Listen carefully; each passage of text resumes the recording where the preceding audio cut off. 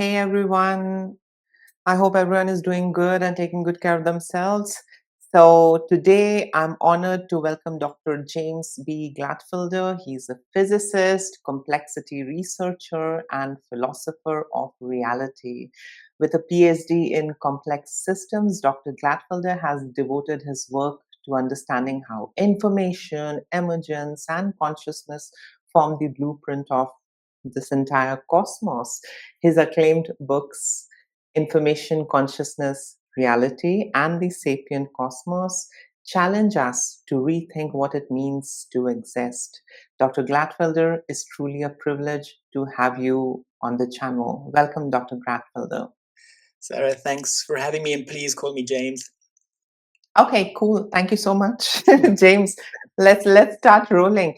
Um, James, I mean, if I recall correctly, Einstein, I believe, once said that the most incomprehensible thing about the universe is that it is comprehensible. Now, I would want to know, you began your journey in theoretical physics, a field devoted to comprehension precisely through measurement.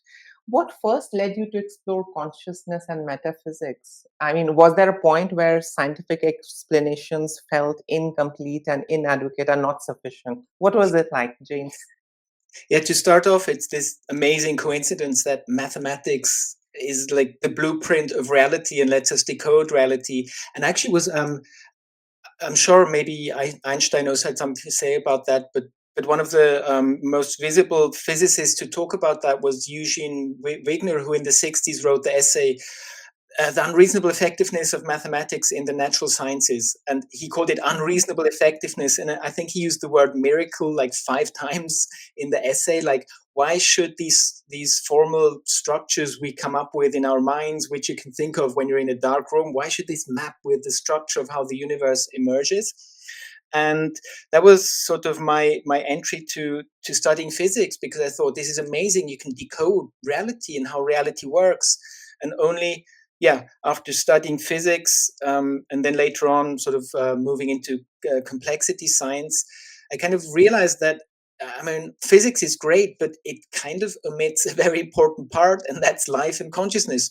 But by definition, I Mhm. mean, this is not a critique. It's just physics is by definition the study of the stuff which is not alive and not conscious, which, yeah, seems to be somewhere maybe a bit of a, not a problem, but sort of the crux where some pioneers of quantum mechanics, like Henry Stapp, David Bohm, they had the intuition that probably consciousness is actually important here, because all of these weird, or this one sort of weird aspect of quantum mechanics, this measurement problem. So when you're not looking, these elementary particles do everything at the same time, this weird superposition thing, and the probabilities, they're all over the place. And once you look at them or measure them, they suddenly become manifest and become this physical thing. But in between measurements, we don't really know what's happening. It's very weird. And so some people say, look, no, this has got nothing to do with consciousness. It's just a measurement. It's an information thing. As soon as you have information of the particle or the wave, then it manifests and becomes real. And yeah, some of these pioneers, they had the intuition that somehow it should be related to consciousness. And this is now being revisited, where a newer generation of people working on quantum information are trying to bring in subjectivity into the formalism of quantum mechanics. And some people are saying, physicists, maybe physics is only complete when we have consciousness in the formalism and observers somehow. But for me, I only realized later that consciousness is this big blind spot in Western academia. That until, yeah, the 90s, consciousness wasn't really taken seriously. It was like a fringe topic. And only since the mid 90s, with David Chalmers' hard problem of consciousness, how can stuff which is not conscious give you this inner perspective? How can neurons firing give you this coherent experience of being a self? And that made me realize that, hey, physics or science is how stuff works. but it doesn't tell you Mm-hmm. what stuff is. This is philosophy, this is metaphysics. And then I realized, okay, metaphysics is important. And to my great dismay, this was something which got neglected in physics, especially sort of, yeah, the first generation of quantum pioneers. They were very open to like this new crazy reality which made no sense, and they tried to figure out what's this metaphysical structure. And the next generation got bored because it didn't go anywhere. And then you had the shut up and calculate dogma, where it's just like, just don't even engage in these philosophical musings. You don't get anywhere. Just do the math and you can build stuff and understand and engineer technology. And that kind of led to this metaphysical aspect of what science is, kind of the thing we're dealing with what is the essence of reality, what is this noumenon, that this got ignored for a long time. And most scientifically thinking people then just adopted this very sort of commonsensical but naive worldview, that, or metaphysical worldview, that the universe is objective, it's material stuff. You understand complex stuff by reducing it to simpler stuff, which is a metaphysical assumption which cannot be proven or disproven, which does not come from science. But this never got understood as a metaphysical choice, and that's why I think a lot of science kind of went into or just sort of stopped evolving, because it just hit this dead end, because it was based on this metaphysical assumption which never got challenged or really sort of deeply thought about. And only now we are seeing that new generation of philosophers and also some scientists are diving into this metaphysical crux and wondering, hey, maybe we got it all wrong. For instance, the renaissance of idealism, claiming that consciousness is fundamental, this is being taken seriously again, which is remarkable, because it was dismissed not too long ago by the analytic philosophers who said, no, this is just very, very bad thinking, this is silly. And now it's coming back, because we're realizing that, science only gets you so far, and you have to engage at one point with metaphysical questions. And consciousness is today remarkably more a metaphysical challenge than a scientific one, because from science you can see how the brain computes, and this is like the easy problem. How does the brain process information? What is the stuff that's going on? But this does not explain this weird metaphysical thing, that we are entities of awareness and we are experiencing a world from a first person perspective. James, I mean, I had been following your work for quite some time, and I have observed that you have, in a way, moved away from equations to something what I call existential questions, and in that domain, which is in a way a kind of bridging physics and philosophy, if that makes sense. I would want to know what gave you the conviction to take that step, and how did the scientific community respond when you began exploring the inner subjective dimensions of reality? Because at times I have seen experts like you, when they start bridging things, when they start evolving new ideas, scientific community don't seem to be so welcoming, whether it is the UFO, whether it is consciousness, near death experience. I mean, it's met with a lot of criticism and skepticism. So, what are your thoughts? I mean, what led you into this? Um, So first of all, what we're seeing is that these things are now being taken more seriously, because we are opening up to the possibility that this physicalism, materialist, metaphysical idea is not correct. So suddenly things which people said this is impossible are, maybe we should take this seriously and look if there's the phenomenon, what's happening there. But for me, the journey was, yes, from mathematics, like decoding how the universe works, but then through complexity science, where suddenly it's like, actually the things which are all this complexity around us, especially life, is very hard to capture with mathematics. And here you have a more of an algorithmic way of formally dealing with these ideas. So this was more of a shift from like analytical understanding to algorithmic understanding. And then from that, I just kind of realized that if you start to work or try to figure out what consciousness is, you inadvertently end up with metaphysics. And the scientific community doesn't really care or know about me. So kind of writing books is my hobby. I do this next to my day job, and I do this more or less in isolation. So yeah,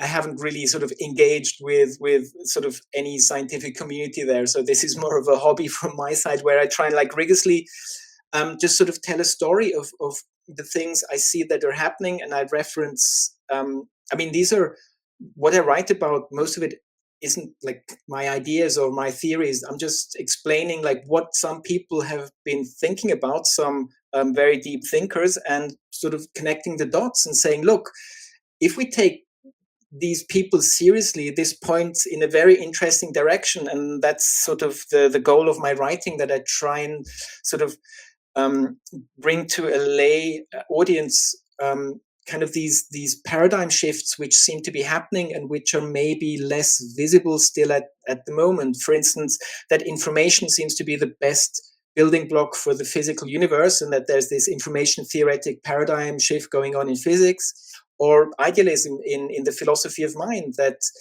it is very rational to believe that maybe consciousness plays a fundamental role, and that this isn't just like some new age hippie talk, but that this is actually something you can seriously engage with. And it's just as serious as claiming, no, look, this is objective.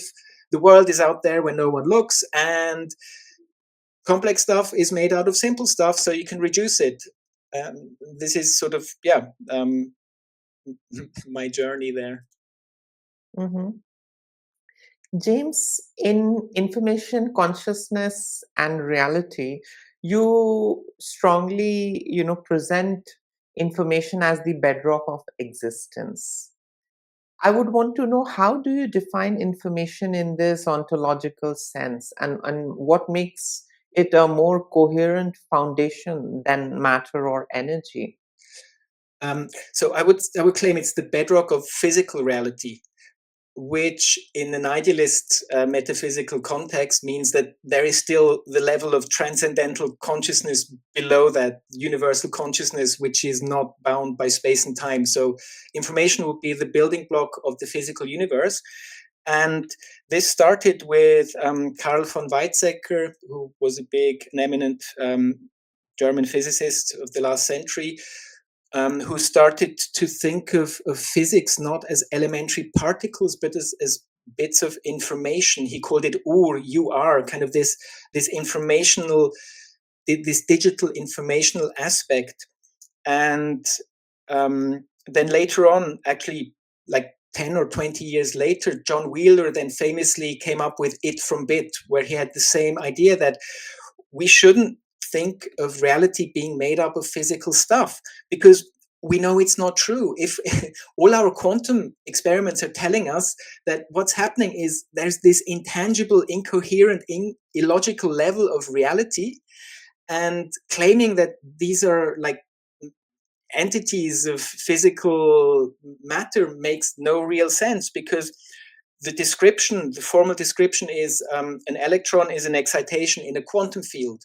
But this is a mathematical description. This does not give you the ontological thing. What exactly is it? And these physicists were claiming, hey, the ontological aspect here is that it's an information theoretic entity. And then this continued with the whole quantum information revolution, and now quantum computing, where people like Anton Zeilinger or Seth Lloyd, who are working with quantum information and processing this, who are claiming, look, a lot of the weirdness of quantum mechanics goes away if you reframe it in this information theoretic context. And then the question is, okay, what's information? And that's a really hard question to answer, funnily. It's like consciousness. We still have no universally accepted definition of consciousness, remarkably. And with information, it's a bit the same. I like to quote Luciano Floridi, who's a philosopher of information, and his book, The Philosophy of Information, begins with, yes, information is a really hard concept to define. But then he goes on and gives all these different like aspects or ways of how you could define information very formally, but these are, I find, then very sort of philosophical and sort of hard to grasp context. So yeah, is it semantic? Does it have meaning? Can information only be if someone can understand it? Or is it like Shannon information theory? How much can you compress information and transmit the information through technology? But I find in this information theoretic context of Wheeler and von Weizsäcker and another theoretical physicist, Thomas Gernitz, who worked under Carl von Weizsäcker, they come up with this idea that, look, it's basically just one bit or one qubit of information. So what we're talking about is this,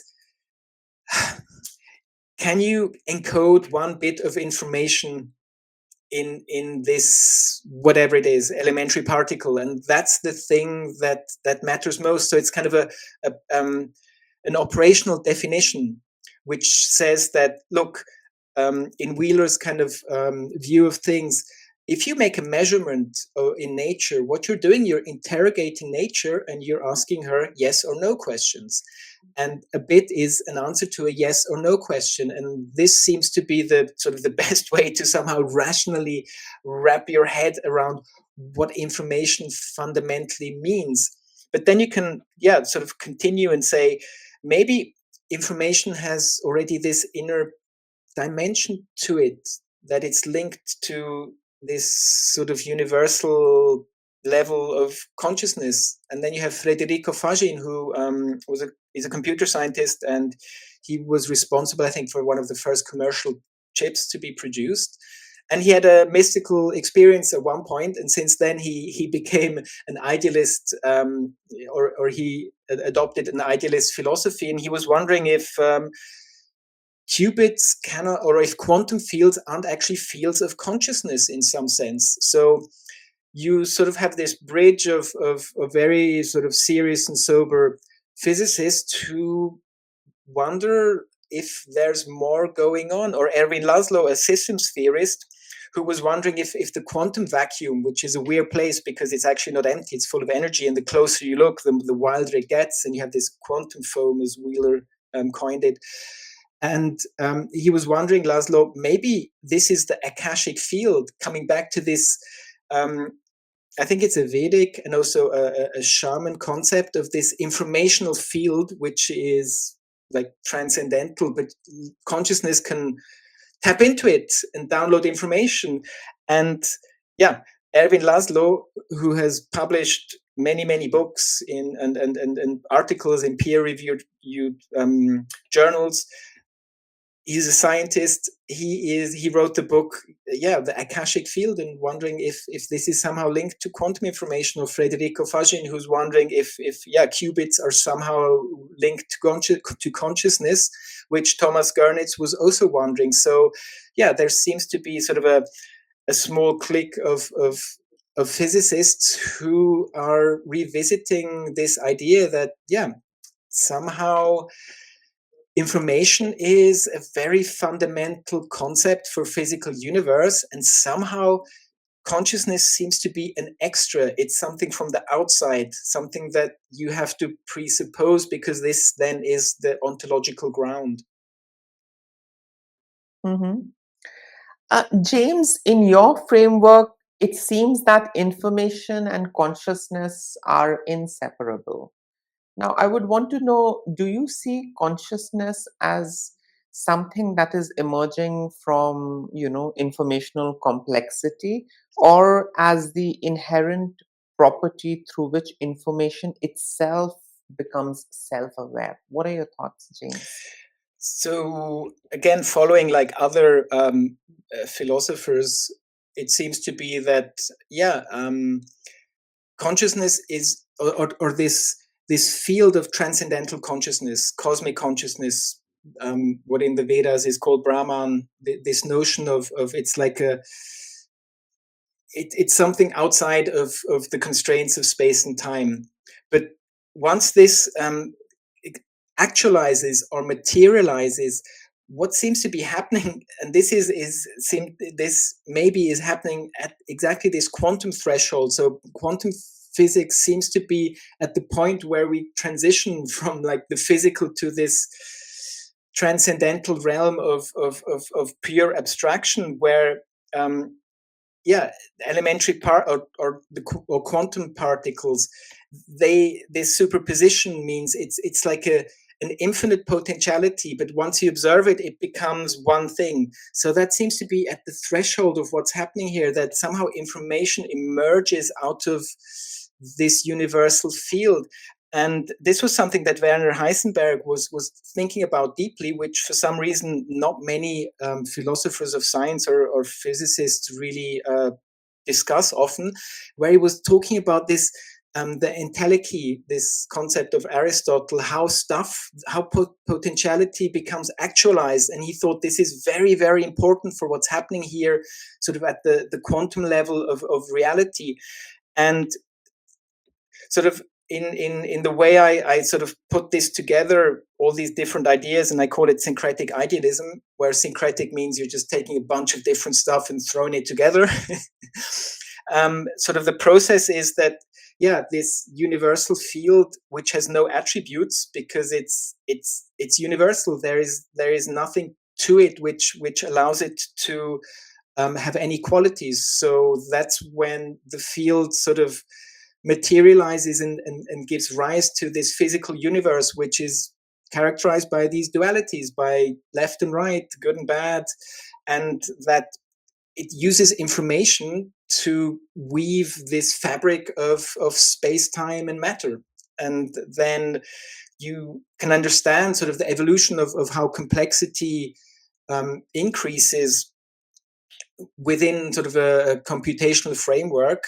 And then what seems to be happening is that, yeah, once you have brains, these brains are able to channel aspects of this universal field of consciousness, which then means, yeah, consciousness isn't in the brain. It's not, or the other way around, consciousness isn't produced by brains, but it is transmitted by brains.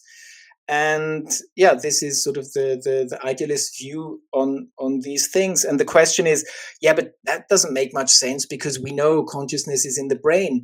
Yes, but we also know that there's many weird things that happen, that yeah, you can hit your head and have brain trauma, and then suddenly you become a savant, and you have new ways of like expressing yourself creatively in very extreme ways. Or that this Lancet study I always like to quote, where this one man went to the doctor for something unrelated, and they found out that 80% of his brain was missing, which you wonder, and he functioned normally, where you wonder why exactly does then consciousness work if the thing that supposedly produces it wasn't really there. And also during psychedelic states, when they started to do the first neuroimaging in, I think, 2016, where suddenly people who are having intensely crazy phenomenal experiences under psychedelics, and this doesn't correlate with the brain going into overdrive. And then people invented a new mechanism to explain this, where they were like, okay, so it's not correlated with more brain activity, but it's correlated with more entropy and noise. And so there are many hints we have, and also a lot of near-death experiences, which interestingly seem to have similar phenomenology as DMT experiences. So we do have a lot of hints that, yeah, consciousness is related with our brains, but maybe in a different way than we expected, and doesn't produce it. Or the work of the biologist Michael Levin, who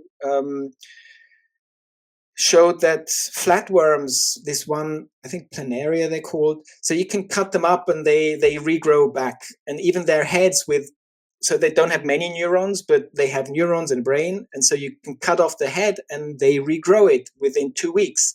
And he showed that if you teach these worms, I think, to traverse a maze or something, you cut off their heads and you let the head regrow, they have the memory, which then now the goalpost shifts again, and it's not, but we thought memory was in the brain and stored in the brain, and now suddenly it's like, no, memory can also be stored in the body in different places. So yeah, we are discovering more and more that um, it's not so clear that the claim consciousness is produced by neural activity.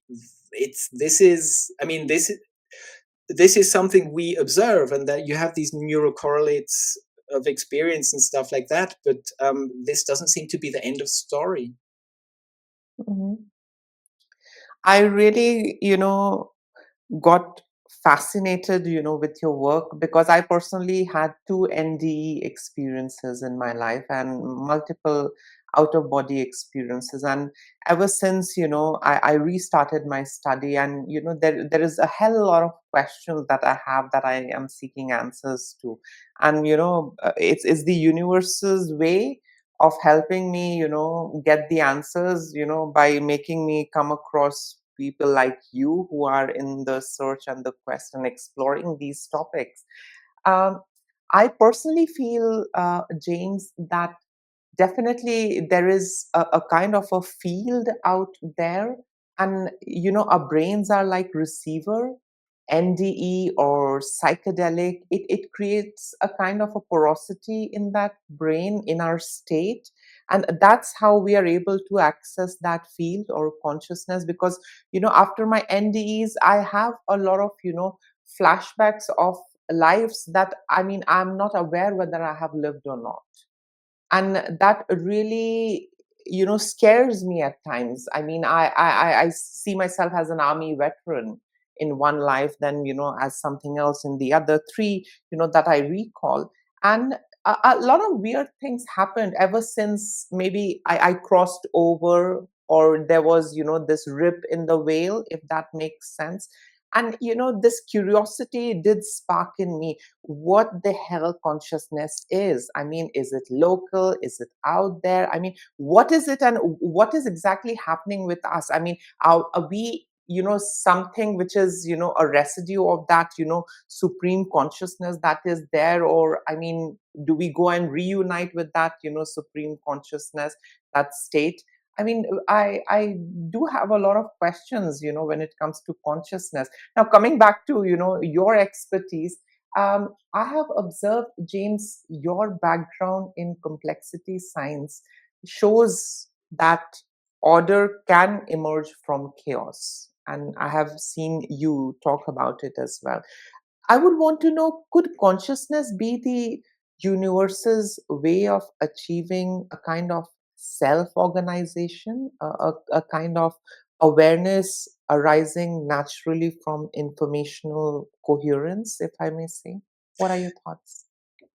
I think that, but maybe first of all, just to come back to your NDE experiences. I mean, this is Yeah. something which really, I mean, you've experienced it firsthand. I'm just talking about this from a theoretical point of view. So Mhm. you have been there and seen that and have these experiences. And I think that's also a question of like, there's different ways of knowing things. One is the rational, sober mind, and the other one is the experiential aspect. And you've had these experiences which do not fit into some rational, coherent way of thinking. And having had this experience, really, I mean, yeah, that's that. And sort of emulating this with psychedelics, where maybe people who are very sort of closed-minded suddenly realize that maybe I didn't realize, maybe I missed something, maybe everything is a lot different than I thought, which you would never have unless you've had these experiences. But to come to your question, Mhm. so I mean, we do know mechanisms of how complexity can emerge, and sort of this one scientist called Prigogine, who pioneered this non-equilibrium thermodynamics, where you can show that, contrary to what the universe is doing, entropy increases, disorder increases, it just goes into chaos, no structure. But actually, if you have stuff which is away from equilibrium, so you have a sun and you have something like an atmosphere or a sea, then these gradients in energy can actually trigger these structure formations. And we have formal tools of understanding this, and how, and this happens at all different levels, from sort of at a chemical level, but then also at an organic level. So we do have hints of how self-organization can be triggered and how it works, but then we still have these big sort of thresholds that get traversed, like consciousness as an emergent phenomenon. How the hell did that happen? So in general, I find that this is another blind spot of science, where if you are taught to think of the universe as this random place, which, if you're a physicalist, this is the default, because this is an objective universe. It doesn't care about you. Things just happen because they happen, and that's just the end of it. So there is no reason for you to believe that the universe has some intrinsic sort of thing that it wants to do, some teleology, so some goal-oriented thing. So that's something that not or hardly any scientist has been looking at, and that's what I find is the blind spot. Because if we just look at what's happening on Earth, I mean, it really seems to be that the universe wants to assemble more complex structures, and more structures that can compute information at an ever higher level. So this seems to be something which is baked into the laws of the universe. So this doesn't even have to be some transcendental thing. And in the book, I call it the will to complexity, sort of leaning on Arthur Schopenhauer's sort of will, where he thought that this noumenon, the thing in itself, has some instincts that allows it to structure. But maybe this is more of this sort of the intelligence of, if idealism is correct, then you have this field of universal consciousness which has intelligence and structure, which then could be a template for how things sort of structure in the physical universe. And I was just recently having a discussion with a friend where it actually turns out that many of the big mathematicians were Platonists. So they really believe that there exists this non-physical level of information which we can draw upon with our mathematics. And in the philosophy of mathematics, I don't know how many, but some people do tend to endorse this Platonic view, because of this unreasonable effectiveness of mathematics, that there seems to be this level of somehow structure and coherence that informs our mathematics. And then we have the biologist Michael Levin, I just mentioned before, with the flatworms. He was claiming that actually this Platonic realm is probably also imbued with intelligence. And so we are getting very close to this notion of idealism, where you have this universal field of cosmic consciousness which has intelligence and purpose, which is then expressed in this physical universe, which is emerging out of this field of universal consciousness. So the physical is more of a projection, a construct, a simulation coming out of this field of awareness. And we shouldn't really be surprised that this has a goal-oriented sort of trajectory in it, that it wants to assemble more complexity. It wants to assemble more contraptions that maybe can channel into this base consciousness and bring more of the transcendence into the physical. True. Since we are talking about NDE now, again, it seems that I'm getting pulled into, the rabbit hole that I avoid at times when I hold these kind of discussions. But anyways, I would love to know your view. Um, um, I don't know if you're aware of, Alan Watts' work, philosopher Alan Watts. I think once he wrote that death is not an event in life, and we do not live to experience death. Now, I would want to know, James, from your perspective, if consciousness and information are fundamental rather than emergent, and what really happens, according to you, based on your experience, research, and study, what really happens when the body ceases to function? Do you think that, death represents the end of individual consciousness, or it's merely a kind of a reconfiguration of information, within this larger conscious, field that is out there? What are your thoughts, James?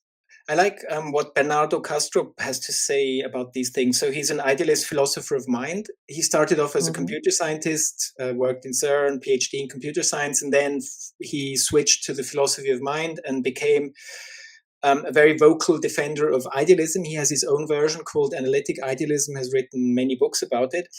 And he sort of sees it that physical death is something that it's going to open your experience of what you're aware of, because in the physical you're somehow constrained to this one center of awareness, but he has this mechanism of explaining, because that's a critique of idealism. If you have this field of universal consciousness, why do you have individual centers of awareness? And he has this idea of dissociation, where you can actually have different centers of awareness in one mind. So we have this as a psychiatric condition. And he was saying that this seems to be maybe something that is going on sort of in the bigger context of existence, which means that when you die, this dissociative boundary, which allows you to experience yourself as this local individualized center of awareness, this boundary dissolves when you die and you become immersed in this greater context of experience. And apparently, according to these studies looking at NDEs and DMT, it's very much like the experiences you make during DMTs. So suddenly, this ego death, this merging with all there is, and this crazy transcendence, this is probably what you're gonna experience when you die. And then the question is like, okay, what happens then? And yeah, maybe it's a choice thing that you can either somehow stay this more or less sort of bounded informational context, and then you have reincarnation, or you just, I don't know, melt and sort of just dissolve into this whole unified field of consciousness again, and sort of you just keep the informational content, but there's no more sort of the you can sort of hang your hat on. um yeah. At least we all will see when this happens. Mm-hmm. True. James, in the Sapient Cosmos, I have observed you lean towards metaphysical idealism, the idea that reality is fundamentally either mental or, in some ways, to sum it up, consciousness based. Now, I would want to know what drew you towards this philosophical stance, and how does it challenge conventional scientific materialism?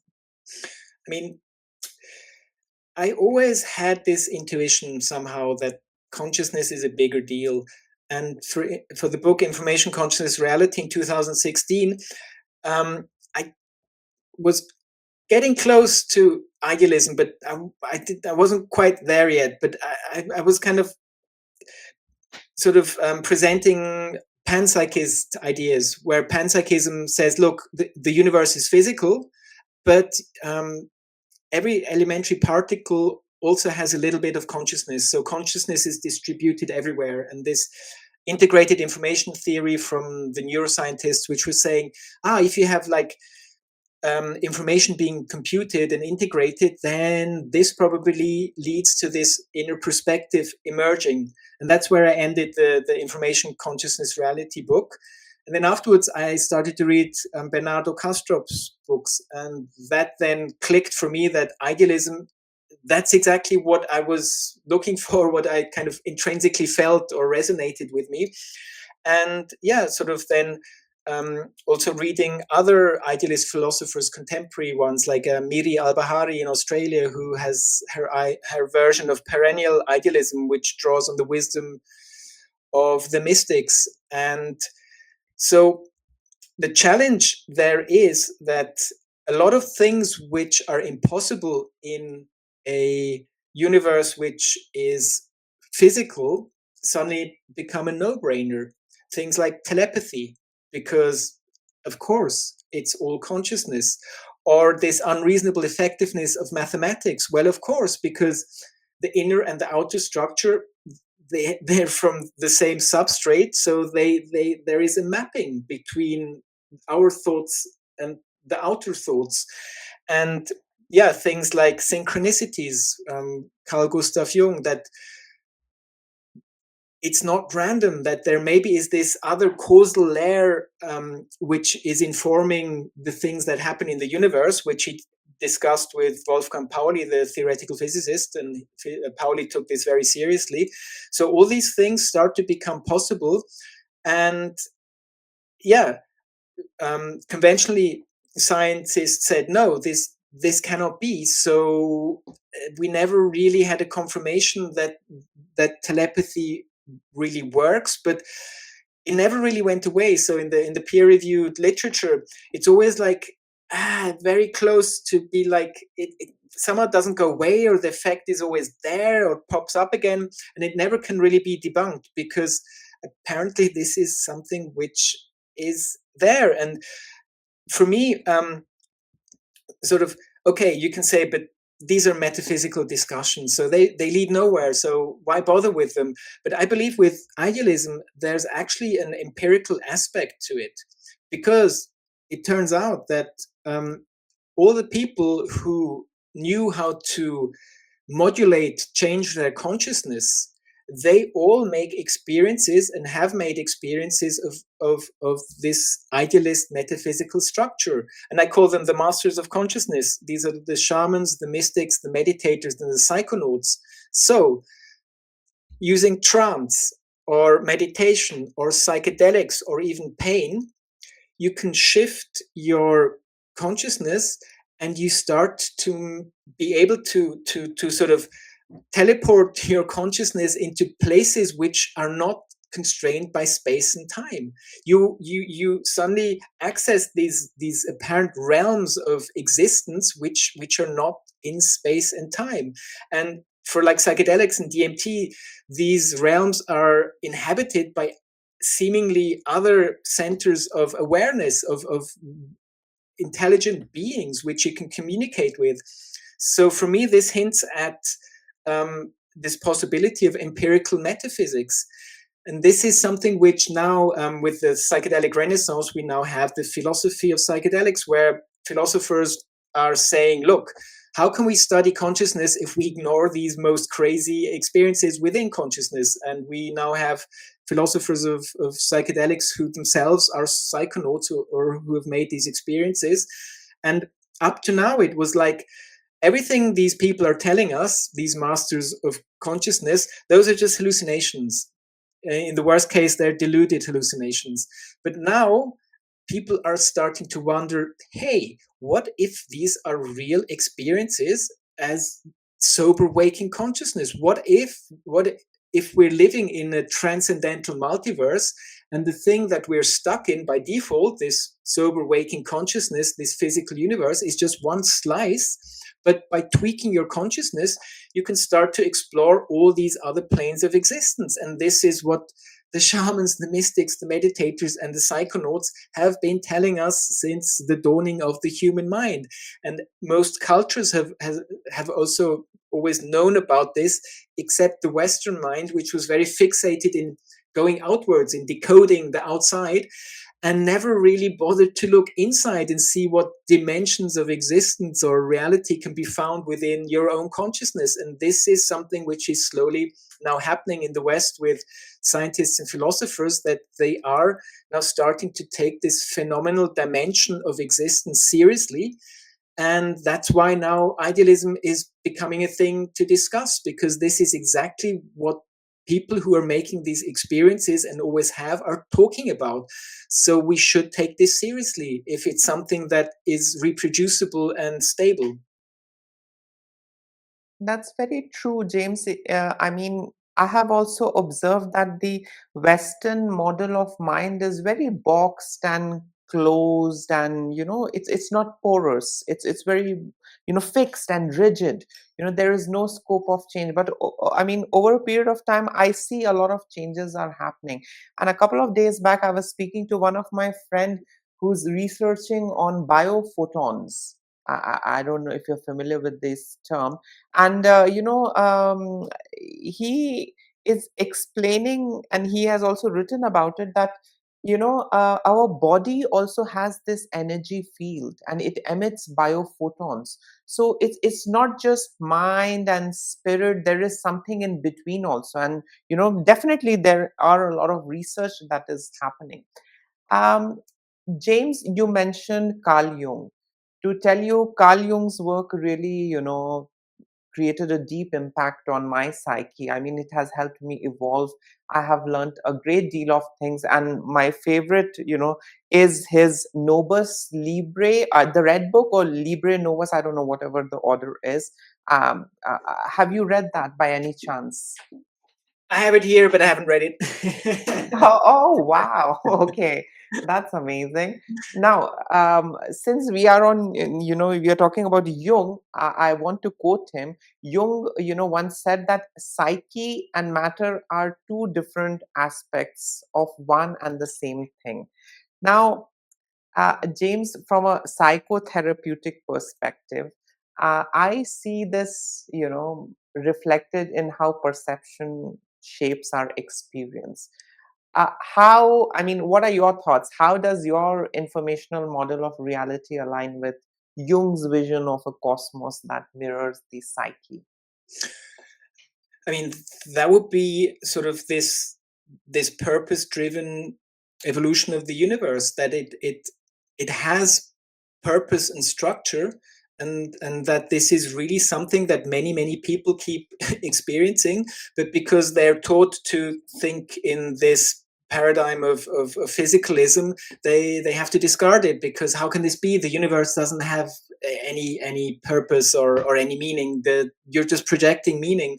And I find this is really important to, yeah, sort of start to map this inner and outer structures and working. And yeah, I need to read up more on Jung there.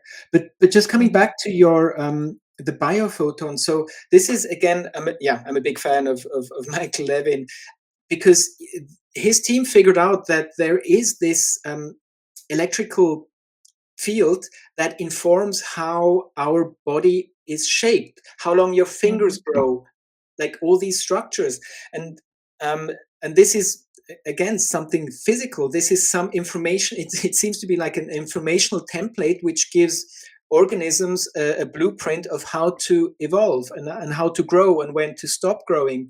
And he was recontextualizing um, cancer in this sense, because what happens is, apparently, cancer cells, they lose the coherence of this field. They forget that they're in this field, in this collective, and that's why they're like, hey, I need to survive, and I do my thing. I just grow and start to, like, get all the resources. And they injected frogs with cancer cells, and they were able to realign this electrical field. I don't know the details, but then the mhm. cancer didn't grow, because the cancer cells suddenly realized, hey, no, I'm part of this bigger context. Yeah, we're all together. We communicate. So coherence came back. So Wow.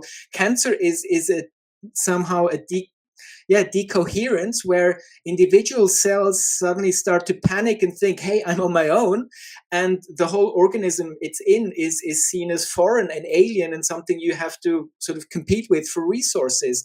And yeah, this is some field which we can measure, and these things are very new, these biophotons and this glow of, I think with mice, where they showed when they die that there was this afterglow and then it stops. I mean, these are very new sort of avenues for research. And Mhm, again, this isn't something you would come up with or really think to study if you're a hardcore physicalist, because it's like, no, it's all mechanical. What are you talking about? What electrical field, like this, how should this work? And that's why mhm, it's very important that you evaluate your metaphysical beliefs as a scientist, because this has a big impact on how you think, what problems you want to look at, what you deem impossible. And yeah, only slowly we are becoming more open to, or people are becoming more open to evaluating like the bigger context of like what is actually possible and not, and why do I think certain things are impossible, like homeopathy. This is stupid. How should this work? What's the mechanism? Well, if if the universe is information theoretic, then this could be very well some informational context where even if the physical stuff isn't really there, there is still an informational afterglow which somehow can inform the body. Just as an example, but if you're a hardcore physicalist, you're like, no, this is impossible. This can't happen. So that's why it's really important that scientists like sit down and like reevaluate what exactly are my beliefs, because your beliefs shape your reality. And claiming that no, but I'm rational, I don't have any beliefs, I don't try and believe things, I try and be rational and be open. Well, no, because at the end of the day, we're all locked in consciousness. You have no certainty what's out there. You could be dreaming or whatever. So um, there is no certainty, and as long as you can't be certain about anything, you really have to at one point just adopt some belief of what you think is happening out there. And this is not necessarily something rational, because again, we don't know what's out there. Donald Hoffman gives us mathematical models of how our perception is fine-tuned for survival and not the one-to-one representation of reality. And neuroscientists are telling us that hallucinations and dreams are exactly the same as sober waking consciousness, or the other way around, that when you're sober and seeing the world, this is just as much as a hallucination as hallucinations. So we should be very careful when we claim certainty about, look, there's this objective world out there which has these and these properties, because we don't really know. We always are one step distant, because we filter everything we know through our consciousness. And yeah, that's why I find scientists should be better philosophers. True.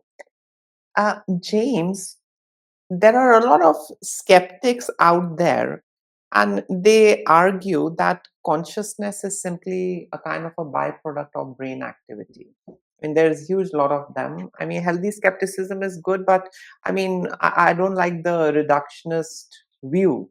I mean, I just don't agree to that. I would want to know, how do you respond to this, reductionist view? And do you believe future science can ever be able to measure or model the subjective essence of our awareness? um, I don't know about that one, but to answer your question, so if you claim that, well, consciousness is just stuff in the brain, then you still have to explain the hard problem of consciousness. And this is something which somehow can't be bridged within physicalism, because there's always going to be this gap. Why do you have these phenomenal experiences? Why the greenness of green, the feeling of love or pain? Where does that come from? From stuff, from matter that does not have these qualities. So for the idealist, it's like, yeah, that's all there is. Consciousness, it's explained. And the physicalist has to tell you, okay, look, you got the whole thing with consciousness wrong. It's not a big deal.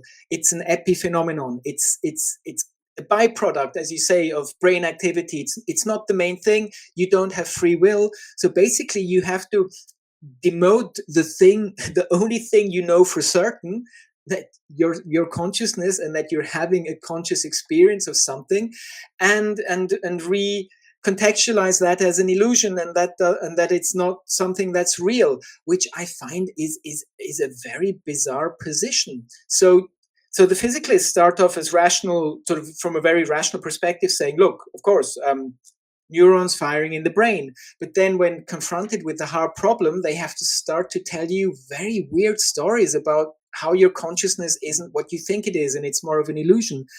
And just to give an idea of how bad the situation is, Lawrence Kuhn wrote a paper last year, I think the taxonomy or the landscape the study or consciousness, something in that direction, where he charted like 200 different theories of consciousness. Recently, he said, "Look, I've counted 350 different theories of consciousness, which scholars have proposed." So, yeah, if you have 350 different takes on some phenomenon, it means that you have no clue what it is. And basically, all 350 versions would be fighting with each other because everyone would be saying, mine's right, yours is wrong.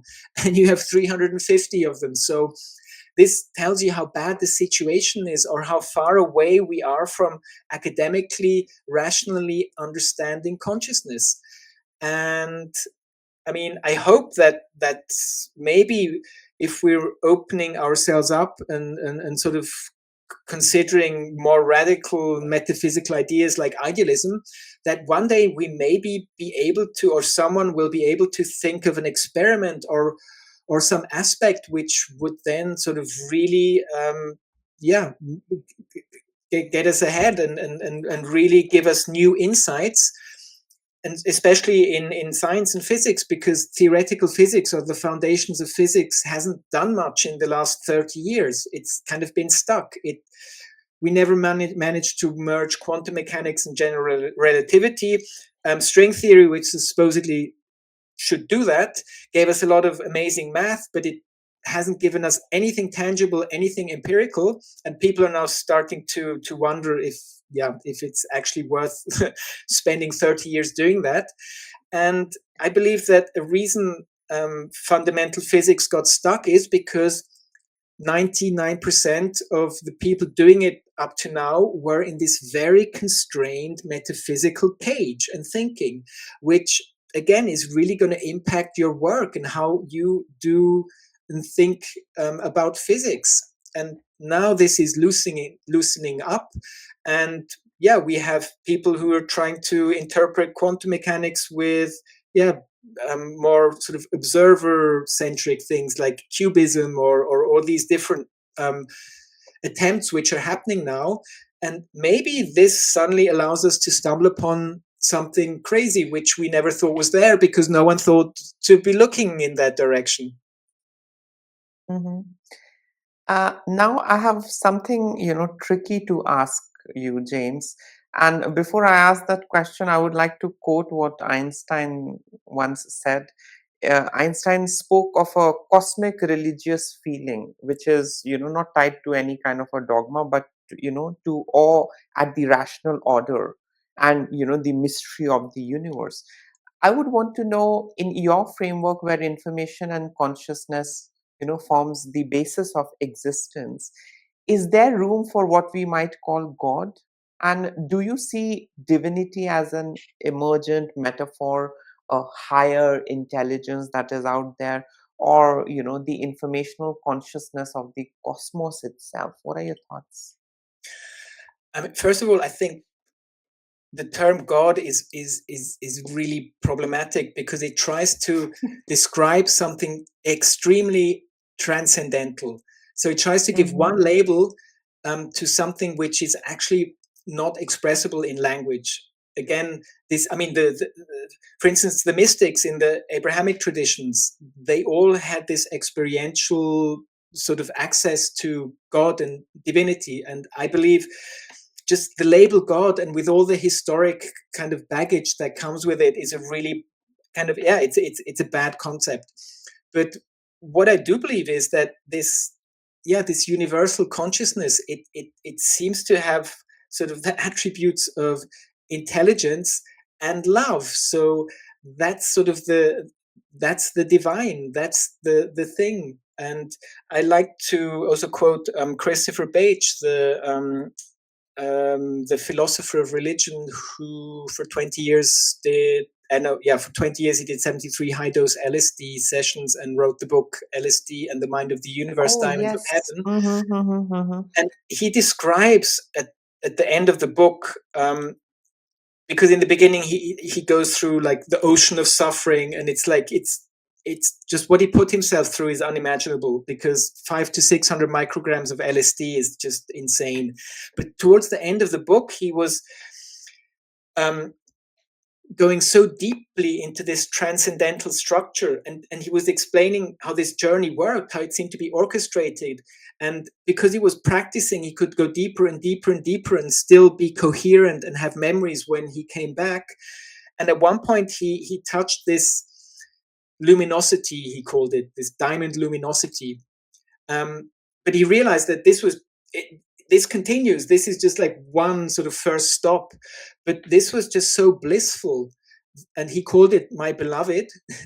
And that's why he had to stop then after 20 years, because it broke his heart to know that he would commune with this love, and knowing that he would have to detach again from it. So he was like, I'd rather not go there than going there knowing I have to come back again, because this was just so intensely loving and divine and profound. And that really, yeah, I thought that was really amazing, because this is experienceable. I think this is reproducible, probably, if you can put yourself through the torture of doing the same thing. And when he then stopped for 10 years, he kind of had a bit of a hard time with sober waking reality, because it was, yeah, just so bland and just so lacked this vibrance and this craziness of all this transcendence he was experiencing. And then at one point he was thinking, hey, I have to probably wait till I die before I can commune again with my beloved. But then he was wondering, hey, maybe it's all about my beloved wanting to come into this universe. And again, to sort of quote the mystics in yeah, I think the Gnostics, in Kabbalah, Sufism, they all have these terms of how, and also in the Vedas, of how the divine unfolds itself and becomes sort of manifest in the physical. And that seems to be something that is happening. So although there's suffering, and which is necessarily part of a dual experience of reality, but it does seem to be that behind this is this field of cosmic consciousness, which probably is best described as just intelligent love. And that's probably the best definition in words of what God could be. I Mm-hmm. think.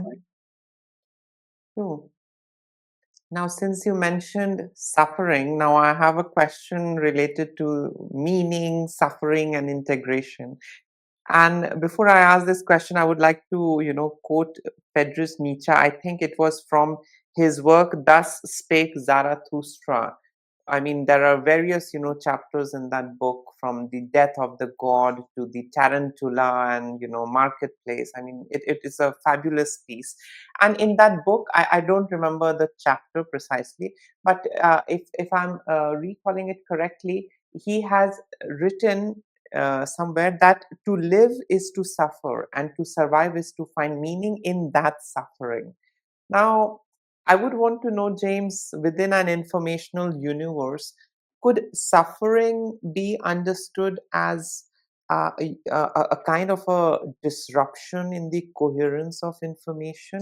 And on the other hand, healing as the restoration of that inner order. What are your thoughts? I would actually recontextualize suffering as something less negative than we would maybe envision, because um, if this is an experiential universe, then Mm-hmm. all experiences are relevant, and give you insights to things which you would otherwise not be able to access. And apparently, suffering is a big deal in the world we live in and in the reality we're in. But it seems to also allow people to then access aspects of their consciousness which weren't there before, or which couldn't be reached before. And also this idea of shamanic sickness, where the shaman nearly dies and suffers greatly, but then, or like Thomas Campbell sort of told, like, found this sort of universal monomyth, the hero, where the hero has to go through the netherworlds and suffers greatly, and yeah, nearly dies. But if the hero then emerges from this, then he's given the gifts of new qualities and strength, and yeah, can then has access to more of their being. And I kind of like to think of suffering in that context, that it's just part of the experiential fabric that's possible.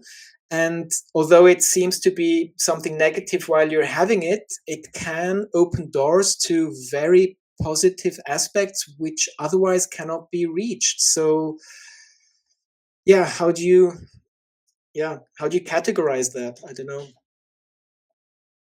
So are you saying that suffering can be transformative? Is that what you're Yes, saying? I believe so.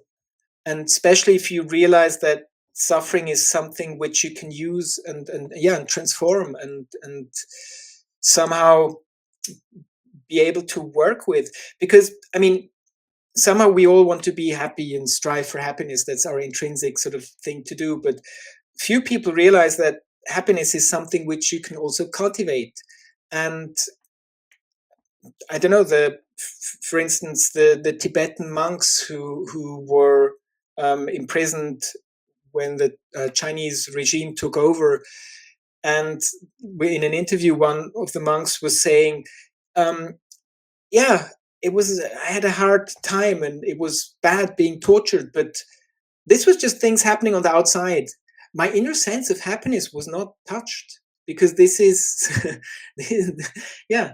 So you can cultivate this state of happiness, which is then somehow shielded from things that would make you suffer in the external world. But this is really hard to do. I mean, this is not something which, I mean, this takes probably a life devoted to cultivating this, that allows you to sort of experience this at such an intense level. But it does show us that somehow, yeah, where exactly is this suffering happening? Is it outside or inside? And I mean, also realizing that if you have certain brain chemistry, I mean, people who suffer from debilitating depressions, I don't know, that's like, yeah, you can't tell them that, hey, just cultivate happiness. This, I mean, but this again, then is just the experiential part of somehow something that happens and that is, yeah, that is unfolding for some reason. But maybe also there is a possibility that, yeah, um, that can transform you and that you can actually maybe sort of, yeah, be healed and find new ways of accessing then sort of happier states. Mhm. And before we conclude today's wonderful podcast, James, I mean, I have a last tricky question for you. I mean, I would want to know your thoughts on. Um, if consciousness and information truly create reality in a way, what might this understanding mean for humanity's evolution? And the second part is, could recognizing our participatory, role in the universe transform how we relate to each other? I mean, the planet and our collective future.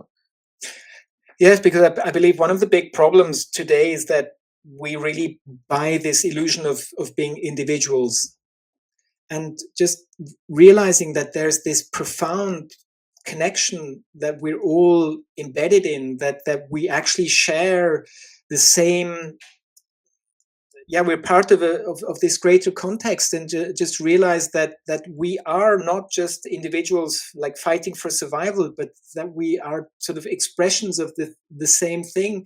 I find can be really very healing. And I try and also call sort of the possibilities of idealism, um, that they open up to an idea of scientific spirituality, that on the one hand you are dealing with the physical reality. You're not like falling down rabbit holes of conspiracy. You are meeting people in consensus reality, but you're also invited to working with your own consciousness, to looking inside, to cultivating it, to realizing that you're at the center of your experienceable universe, that you're accountable for everything that happens to yourself, that basically you are the god of your experience and that you should act accordingly, which means you're responsible for it. And you should try and make the best of it. For instance, try and become a happier person. And I find the whole, like, a lot of the dysfunction we're seeing in society is because people are just outraged and suffering and have lost meaning and don't know what's happening or where they're going. And I believe sort of this deep sense of connectivity and this realization of the profound potential within everyone's own consciousness, if you start to work with that, could really change the trajectory of this terrible evolution we seem to be on, that we're somehow collectively creating the worst of all worlds no one wants to live in, although we all individually don't want to go there, but somehow that's the reality of the world we seem to be living in. And I find a lot of it is just because of this disconnect, that you just don't know that actually, there is meaning um, to everything there to be discovered. And if you're told that, no, look, the universe is random, has no purpose, and you die, this is very bad. But also, if you're told kind of these static religious myths of how the universe works, these are also, I find, very dysfunctional stories. And I mean, any knowledge system which cannot evolve and self-correct is really bad. So if you base all your metaphysical intuition on something which someone tells you, which was written down many thousand years ago, that doesn't help you today to, like, become sort of the best version of yourself, realizing that you are in the center. Telling people that there's this external authority which tells you how to live and which judges you, I find that it's contrary to sort of the journey we're on. That, no, you try and find this authority within yourself, that you can find this spark, because we all have this spark. We all are an expression of this divinity. So we can find it in ourselves if we try and look for it and cultivate it. And I find that would make us happier and kinder people, which would desperately need more happier and kinder people in the world today. Thank you so much, James. I mean, I personally feel this conversation that we had today, it really, bridges the language of science and the poetry of existence. And I mean, thank you so much, I mean, helping us glimpse how, this entire information that is out there, I mean, complexity and, consciousness, which may not be, separate forces, but in reality may be facets, of this one unified reality. Thank you very much. I enjoyed this. Thank you so much, James.